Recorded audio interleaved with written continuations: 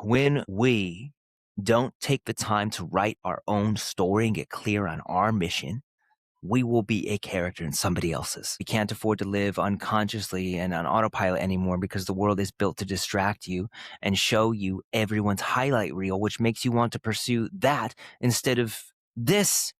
Everything that you want, everything you prayed for is already here. It's this mind stuck in stress mode that takes you away from that.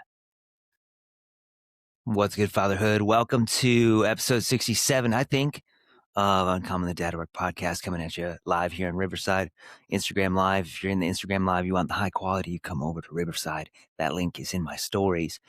And every so often, guys, I drop this open question in my stories, and that's what questions, what trainings could I cover for you, specifically for you on the podcast today, if you could have anything at all. What would you want me to answer? What would you want me to do?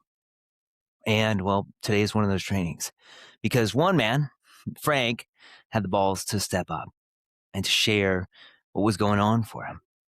But this might as well be you. This might as well be your story too, because I know that I've been there and sometimes I am still there. And that's part of this work, guys. We're never perfect. It's about having the balls to put in the work and the discipline to continue putting the work so that we can give our wife and our kids what we want for them. And I think that most guys feel this, the constant pressure to keep growing at work. You have to follow the path, to climb the ladder, to get the title, to get the big house, to go on all the Disney vacations and do all the things. But really, all that you really want to do is to snuggle in bed a little bit longer, not because you're tired, but because you want to lay next to your wife and the kids that are in there with you, and to play with your kids in the dirt and to eat the food out of the garden with them. All you want is for your wife to feel fulfilled and really enjoy life. And all that you want is to enjoy that time that you have with them. And you know all the stuff at work, all the politics, all the bullshit, all the things that they ask you to do that they said that they wouldn't ask you to do, it's secondary and it's not important.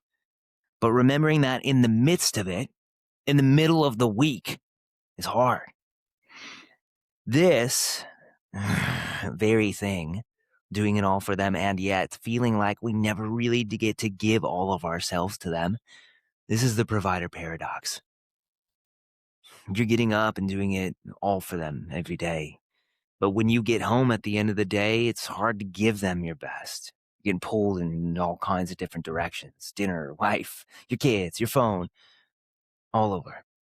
You're physically present, but sometimes you're not really there. It's a whole different kind of absent dad, the 2026 version. And in the quiet moments, after you've been scrolling on Instagram for a little while, you wonder, am I doing enough as a dad? Am I present enough with them? Am I focusing on the right things in my life and in their life? Am I over prioritizing my career over them? And because you're asking the question, this is actually a good thing, because if you didn't care, you wouldn't ask the question. Or you'd be the miraculous guy who just has it all together. And if that's you, please let me know, because I want to learn from you. But underneath all of this, every guy that I've talked to, the reality for many is the reality of completely missing out on their childhood. Because our focus, your focus, was in the wrong place. On work instead of on them. And man, these years, they go so fucking fast. The days are long, they say, and the time is short. My son is 5 now. And that's insane to me. And that statement is true. I don't know how I got here. I don't know how he got here. He just changed. He just turned 5. He just became a little person, like a boy. Not a little toddler anymore, but he's a boy. His face thinned out. He's gotten taller. He's got these abs and this muscly back, and he runs around like a crazy little boy. And my daughter, she's almost 3, and she's sprouting. She's becoming a little person. And my Tucky boy, he's over a year now. He's walking. I blinked after my son was born. Now there's 3 of them. And you can't put it back in the box. You can't put life back in the box. In time, it goes. And I didn't understand it until I got here that it accelerates. It goes faster every single day. And Jordan Peterson said this, and it hit me like 6 years ago when he said it. And I didn't totally get it at the time. But to paraphrase him, because nobody can say it as good as he can, it's that fatherhood is this peak experience that you don't realize when you're in it. And they, my son, Theodore, and little Tilly and Tucky, they're only small for an infinitesimally, if I can say that word correctly, short period of time, 4 years. And then that's it. That's it. I remember telling this to my wife. They're only small for 4 years, and that's it. And she's like, oh, don't say that. That's not true. But if you're not paying attention, if you blink, you will miss it. You'll miss that period of time when they're small. You will never get it back. And you miss it at your peril and theirs. And it's true. So we can't afford to miss it. We can't lose our focus. And I know that's sitting heavily in me right now. I feel it in my heart. I feel it in my belly. I feel it for you. I imagine you're feeling that right now. Like, oh, fuck. Ugh. I get it now.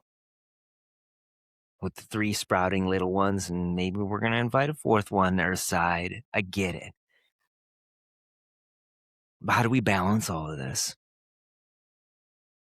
Because I'm not just going to get you about this and then put it on an Instagram post and then run away and have 1 million views on it, because I think that is bullshit too. It's exploitation. How do we give them every bit of ourselves and get everything out of this experience for us, for them, for our wife? This experience which we will never, ever get back. You can't just quit your job. That'd be stupid. I'm not going to tell you just to suck it up, because that I think is stupid too. We have to be so careful as men who we're here to protect and to provide. Yes, we have the superpower, the ability to bury it and to grind, and we will do that for them. We have to be careful not to get stuck in the performance trap. I lived in the performance trap. I work hard. I get results. And it's why, as I entered corporate fitness in 2010, I ended up on the leadership path really quickly in personal training, most of which, if you've ever worked personal training, you know it's a sales job at that point. And if you came in as a trainer, that's the last thing that you wanted. But I climbed that ladder. I made that money. I made good money in my 20s. I had titles. I thought that was what I was supposed to do. I had my own office. I could put a nameplate on it. It was super cool. I drove a swanky car that was totally not me, just to keep up with my coworkers' Audis in Skokie, Illinois.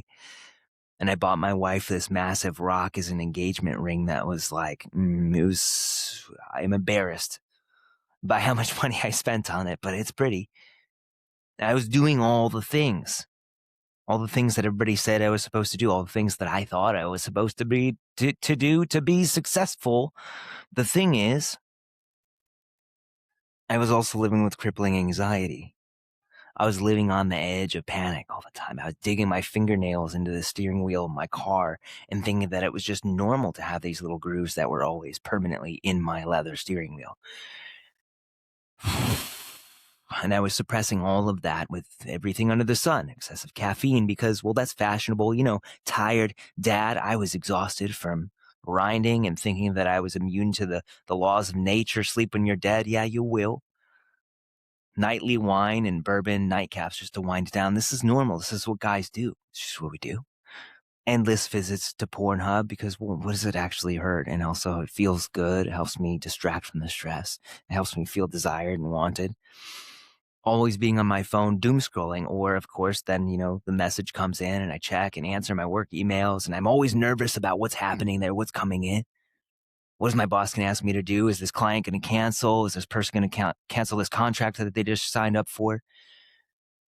Crushing workouts just to feel something so I could feel like I was strong. And I was, but eating keto during the week, and being sub 10% body fat, fit as fuck on the outside, binging on Portillo's and Girl Scout cookies on Fridays, that carb backload, you got to get it.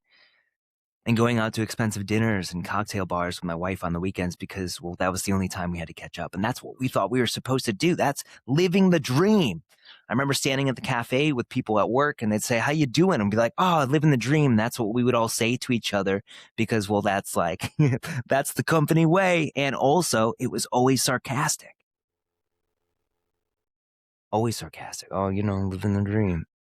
I lived that life, that anxiety, that living on the edge of panic, that excessively dangerously high blood pressure in my 20s, the distance and the disconnection in my marriage that we just thought was normal because, oh, everybody goes through it.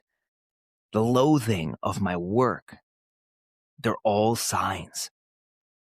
Signs of the performance trap that I had fallen into. I was so busy performing everyone else's vision of success that I was missing out on what it was for me and what actually mattered in life. When we don't take the time to write our own story and get clear on our mission, we will be a character in somebody else's. That's what I was in. And then we end up in the performance trap doing everything that everyone else tells us is important to. And we miss out on things that matter. And you get all these check engine lights, all these things that you're like, yeah, this isn't normal, but maybe it is normal because everybody says that they're going through it too. But we ignore those check engine lights, and man, that's a superpower to be able to bury that and keep going. But it is also a tragic flaw, and that's how superpowers work. You bury it long enough, the pain teacher will come knocking. And for me, this was the high blood pressure that didn't really get my attention. So let's push the panic button as he's taking his wife to a date, to a baseball game, as he's driving to pick her up in the train station when everything should be good on a beautiful, blue, crisp, clear-aired, clear-skied spring day. Let's do that. It was that moment that God shook me and woke me the fuck up to the fact that I was in no way fit to serve my wife. I sat there and I was like, what is this? Oh. I sure as hell wasn't serving God. I was destroying myself, my temple, for the sake of money, being good enough for someone else's vision and story, and I sure as hell wasn't fit to serve the little feet that would soon be pitter-pattering up and down our hallways. But, and I can take zero credit for this, I call it an act of God. I saw the story in that moment. I wasn't writing my own story. I was a character in somebody else's story. I wasn't writing a story that of joy and success for my wife and my kids. It was, well, somebody else was writing that for them because I was just following somebody else's directive. And that's one of the biggest things that you sitting here right now need to contend with if you're living in the provider paradox. You're doing it all for them. You feel like you don't have it all to give to them. If you're in that performance trap, just continually chasing performance, chasing quote unquote success, knowing that true success is that relationship that you have at home, but you just can't figure out, how do I get there? How do I make that connection? How do I sync up? How do I yoke up to that? Oh, that's what yoga means, to yoke. Ha. What do you want for your family, really? And if you're listening to this after the fact, pause it and write this down. What do you really want for your family, really? Not what everybody else has told you, but you. And you might even write that down and then look at that and ask the question, well, where did I learn that from? And is that really mine? And keep going down that, go down that until you get to the root of what you really want. That's your vision. What do you really want for them? And what's underneath that? You want money? Well, if you have all the money that you want, what does that give you? Because that's probably what you're actually after. And you could ask the question again, okay, so I have security. What does security actually give me? You want a bigger home? What does that actually give you? You want more sex with your wife? What does that give you? More often than not, it comes down to more connection. I want more connection with my wife. I want more connection with my play. With my kids. I want more play. I want more love. I want more memories. I want this unshakable bond. I want more space in our home, but not more space, really. I want it to feel like breath. Like, that's what I want. I want more living, not doing, or being, not doing. Because you are a human being, not a human doing, but it's a different conversation. That's what's underneath that. That's your vision, is to provide that for your family. Get clear on that. And how are you going to do that? Not just money-wise, but like, how are you going to show up in those ways for your beautiful children? Mine are standing right behind this computer here. For your wife. Ooh, punching stuff here. Get specific about that. Hello, B. There's a B. If I'm God's game piece, he put me here with a particular purpose and particular skills in order to achieve that purpose. Well, then what is that purpose? And what are those skills, those gifts that are natural to me? How can I align to that? You know, in yogic tradition, we talk about dharma, and the root of dharma is dri. It's the essential nature of anything without which it would cease to be that thing. This is what I coach men when I help lead them to, well, what is your God-given purpose? You look at a tree, well, there's a big trunk there with leaves on it. And then if I look at a bush, well, it's also got leaves, but it doesn't have that big trunk. So if you remove the trunk, does it become a bush? Think about this with yourself. What is the essential nature without which you would cease to become that thing? What is it? Maybe that's part of your purpose. And your dharma, your path, your way, is the expression of that essential nature. We're getting a little philosophical here. I'm going to leave you with that. What is that? How do you do that every day? And then, well, your responsibility as a father, protect, provide, but that's not it. That's every man within the tribe, which our tribes have been dissolved.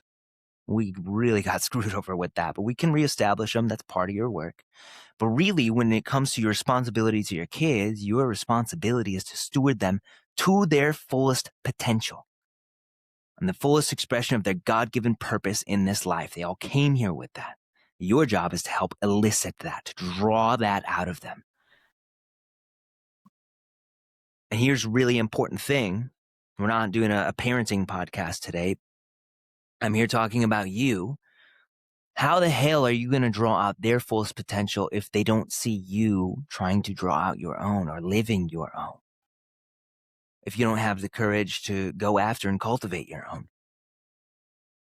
And yeah, I get it. We're busy. We don't have unlimited time. I get it. I live it too.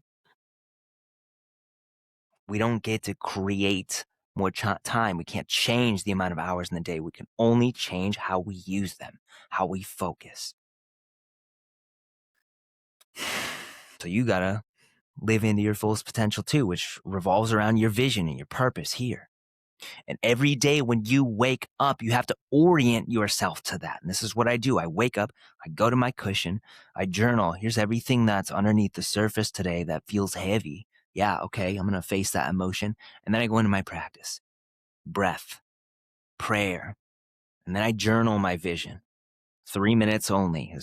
This is what I'm creating for myself and my family and for the men that I serve, you listening to this right now.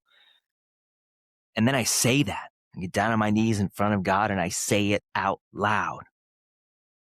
All of these things I do not because of my power, but because of yours. I'm an instrument of your purpose. My wings, my sails are open. Take me on your winds, Lord. Let's go.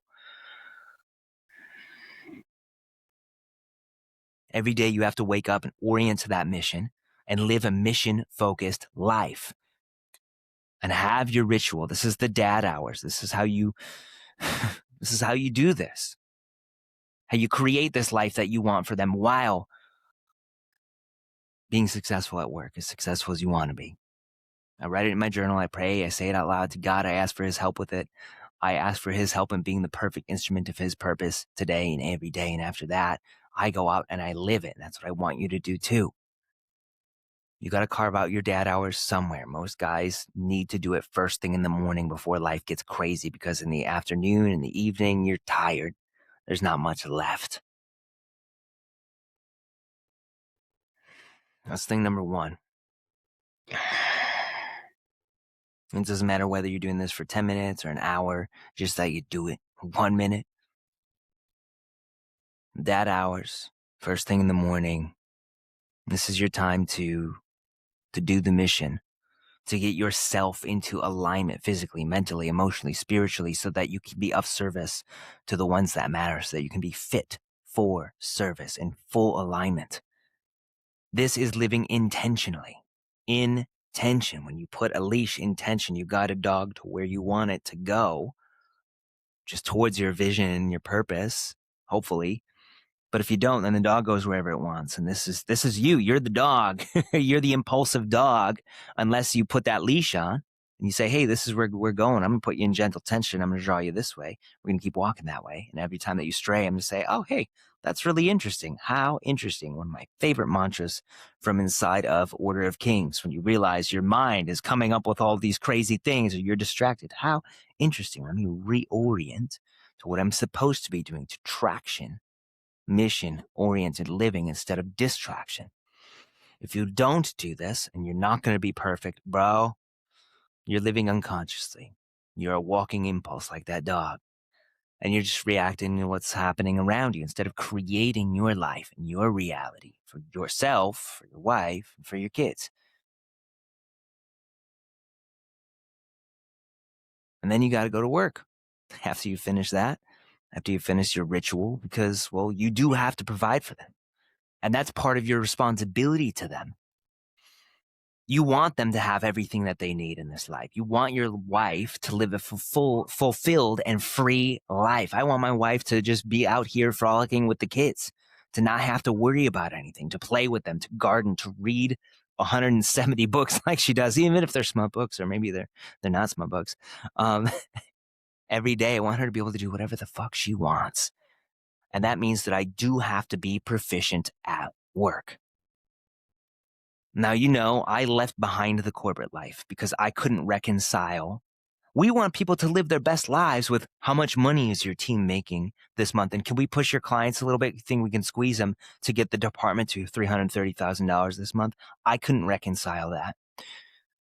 So I had to choose. I could be the yes man who just nodded his head and did what everybody told me to do, the anxious guy on the verge of panic. Or I could be the guy who made decisions and worked from his inner compass, which is that vision, that mission, that alignment to the one and only boss that matters. And occasionally making the people in power over me uncomfortable, but also being the guy that they came to for advice when they were struggling. And that's not an easy path. And when you live that path, you find out who people are really quickly. And one of the most important things that I've heard on this comes from my mentor, Paul Chek, and that's, you can do that which you love, or you can find love in what you do. I could find love in what I did by providing service that aligned with my own inner compass to those who came to me for it, and to serve in my managerial role in the same way, consistently taking a stand for my team, and even saying like, no, I'm not going to squeeze their clients this month.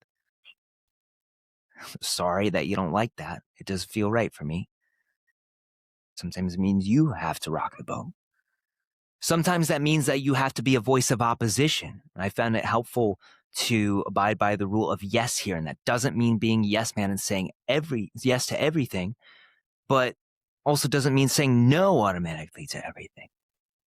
Then the question becomes, what can I say yes to inside of that?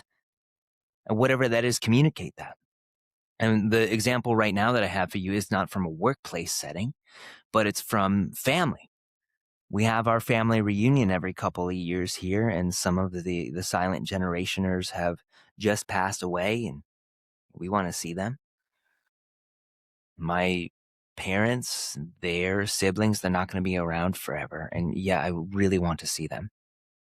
I also have 3 children under the age of 5, and I'm not driving 3.5 hours each way. I'm not spending 7 hours in a car to see you guys for a little bit, because well, you're not going to enjoy their company. We're not going to enjoy their company. They're going to be a ball of chaos. Nobody's going to have a good time.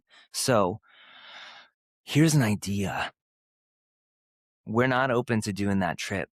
And there's a difference between but and is affirmative. And I would love to host you guys over here. Not everybody, but I'd love to host the nuclear family, the Bill family that I come from here. What do you guys think about that? Oh, that sounds great. That's the power of yes. You're not saying yes to everything that comes your way because you're not a yes man, and I don't want you to be a yes man. I also don't want you to automatically reject things. I want you to look for, well, okay, this doesn't align here, but here's what I'm willing to say yes to. What do you think about that? That really shifts things. That's how you can do that which you love within an imperfect situation. And even here, I'm on Instagram Live right now. I'm on Riverside Live right now, developing a podcast to give you guys so that you guys can live an awesome life and your families can too, because, well, that's what God put me here for. As I'm grabbing my charger out of my backpack, because, this is my garage. It might be a surprise to you that I don't like social media. I really don't like it.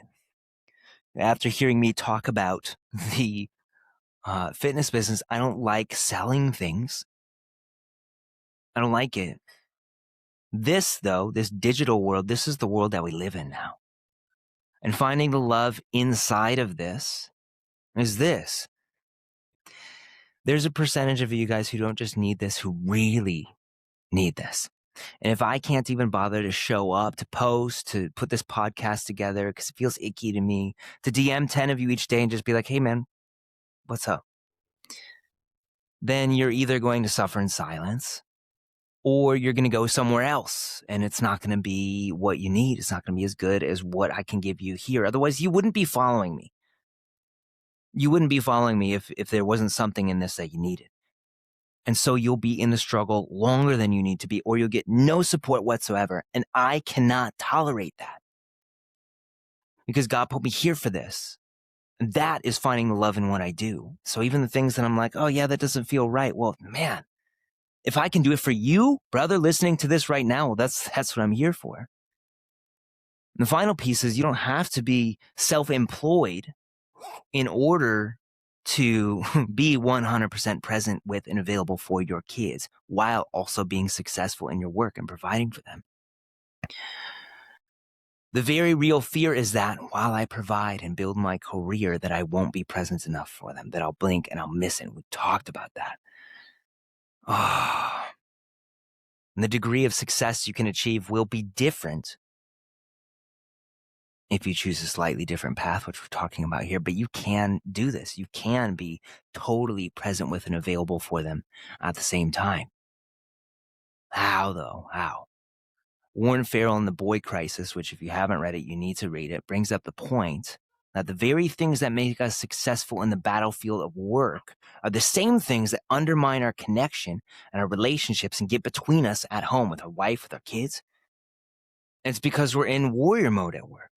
Sword, armor, cold, calculative, reactive in a good way, hopefully. When our home is not a battlefield, it's a garden. Well, what are we to be as men? Warriors in a garden, trampling everything. Gardeners in a war, totally defenseless. I think the new level of fatherhood is both. We have to be able to be both. And that means that you need to be training your nervous system to be able to shift gears from being hard to kill and get shit done to being easy to love and present and patient and empathetic and deeply connected.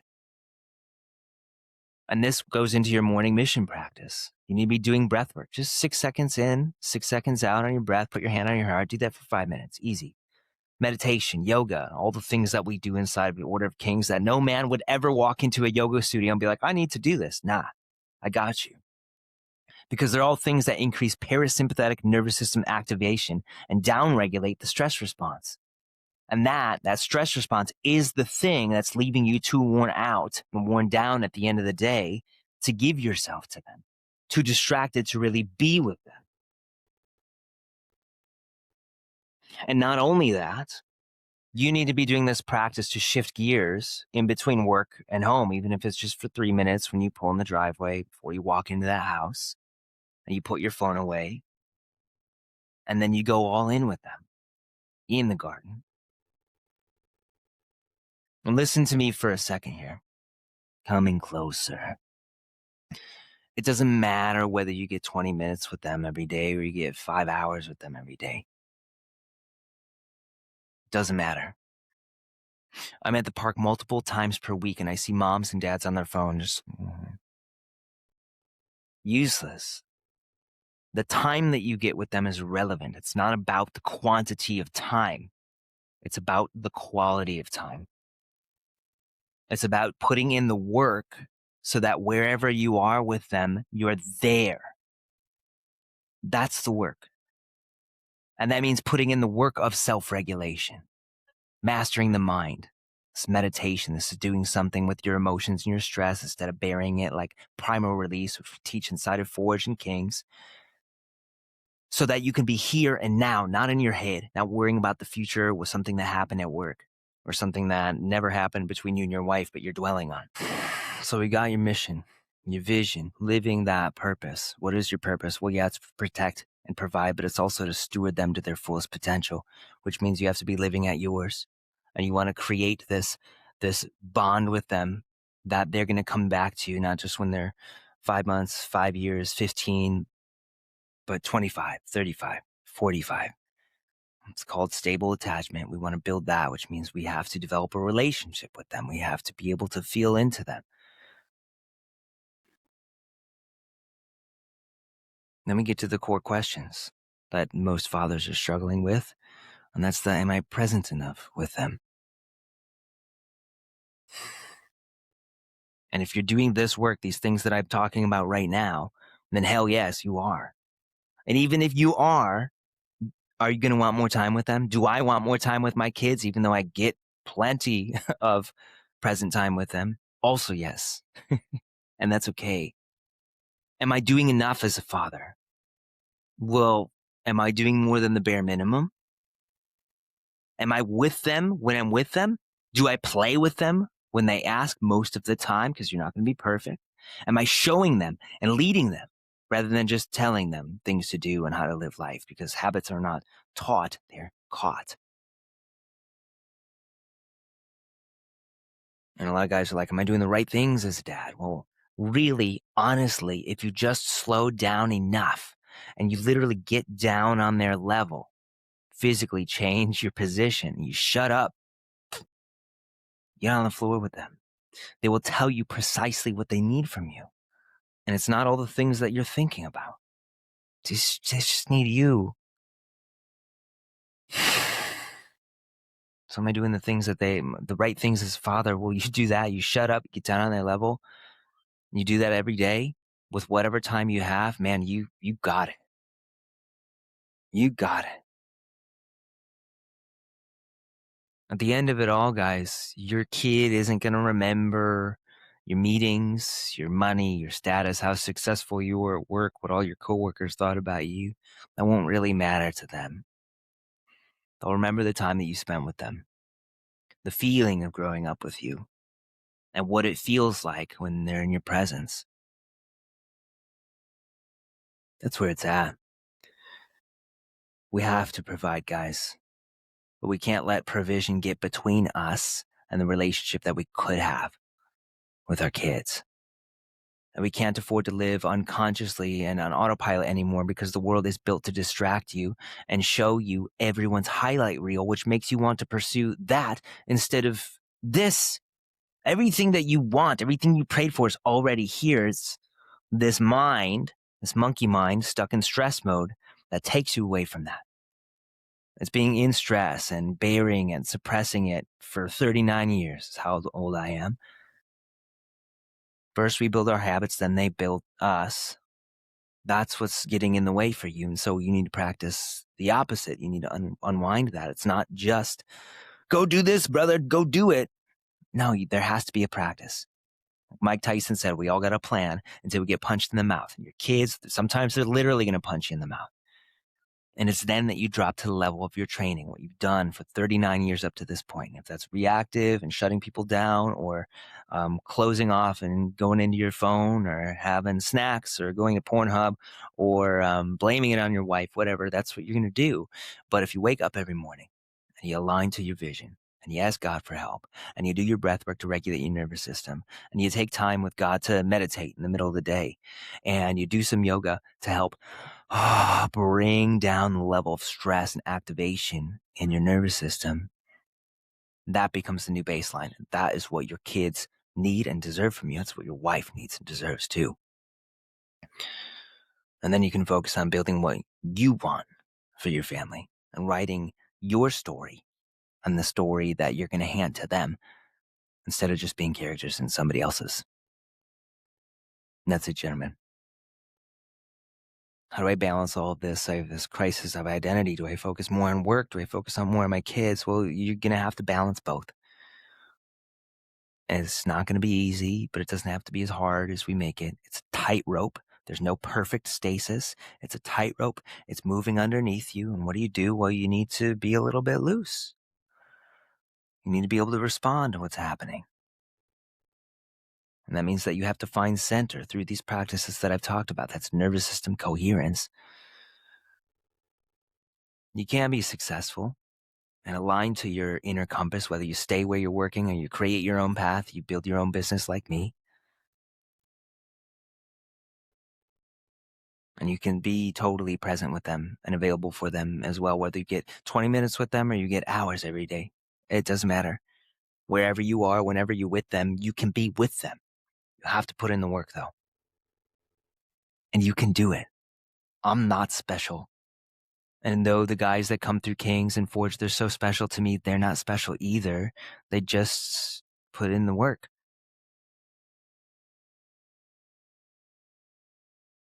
And remember, one more thing, is that there is no purpose more important than being papa to these kids. Nothing. Nothing more important than this right now. There's nothing that you will ever do that is more important than this. In 100 years, nobody's going to remember your name. Everything and everyone that you loved will be gone. Your house, other people living in it, your car that you guys were living, stretched to limit financially to afford these things, rusting out. You're going to be lucky to be a dusty photo in somebody's attic somewhere, because people don't have physical photos anymore. But there will be little people running around in the world saying the things that you said, doing the things that you did, with the moral compass that you held, living the life that you lived. Not because of money, but because of who you were and what you fought through to shake off the bullshit and the distractions to give them that life. That is your true legacy. And that's it, guys. Frank, thank you so much for those questions. I hope this was helpful for you. Frank, you and anybody who's listening to this, just shoot me a DM on Instagram. What came up for you today? Shoot me an email, rob@robbailjr.com. Send me $5 on Venmo if this hit for you. That link's in there too. Gotta make money doing this. Provide for my family so that I can provide for you. And if you want to go deeper, of course, I've got Forge self-study all the times, $197. It's $100 off. And we've got the Right retreat coming up on June 12th in Nevada, California. You're going to walk out of that crystal clear on your vision and in your body and in living it without question. And that's what I got for you today, guys. Thanks for being here. Have an uncommon day. Peace.